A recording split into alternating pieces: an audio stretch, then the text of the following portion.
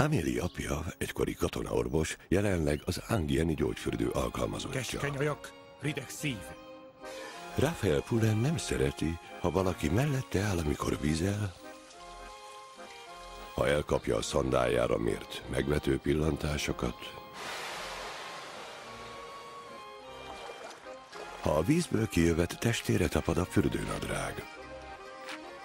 Raphael Pullen szereti nagy darabokban letépni a tapétát, sorba lakni és gondosan kitisztítani a cipőit, kiüríteni a szerszámos ládáját, alaposan kitakarítani, és végül szépen visszapakolni mindent.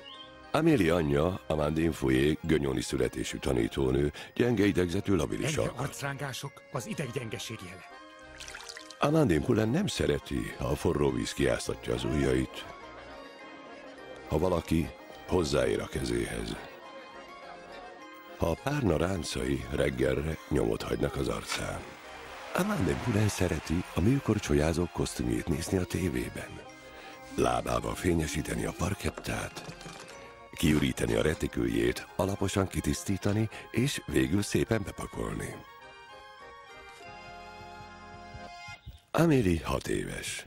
Mint minden kislány, ő is szeretné, ha édesapja átölelné néha-néha. De az apja csak havonta egyszer az orvosi vizsgálat során ér hozzá. A kislány a szokatlan gyengétségtől felkavarva nem tudja visszafogni heves szívdobogását. Ennél fogva az apa szívrendellenességet állapít meg nála. A fiktív betegség miatt a kis Amélie nem járhat iskolába. Az édesanyja tanítja otthon. Úsz, lúd, úszik, lassan, át a tavon. Húsz, lúd, úszik. Kitűnő. Át a tón. Nem! Gyerektársaságtól megfosztva, ingerült anyja és fagyos apja közt örlődve, Amélie egy általa képzelt világba menekül.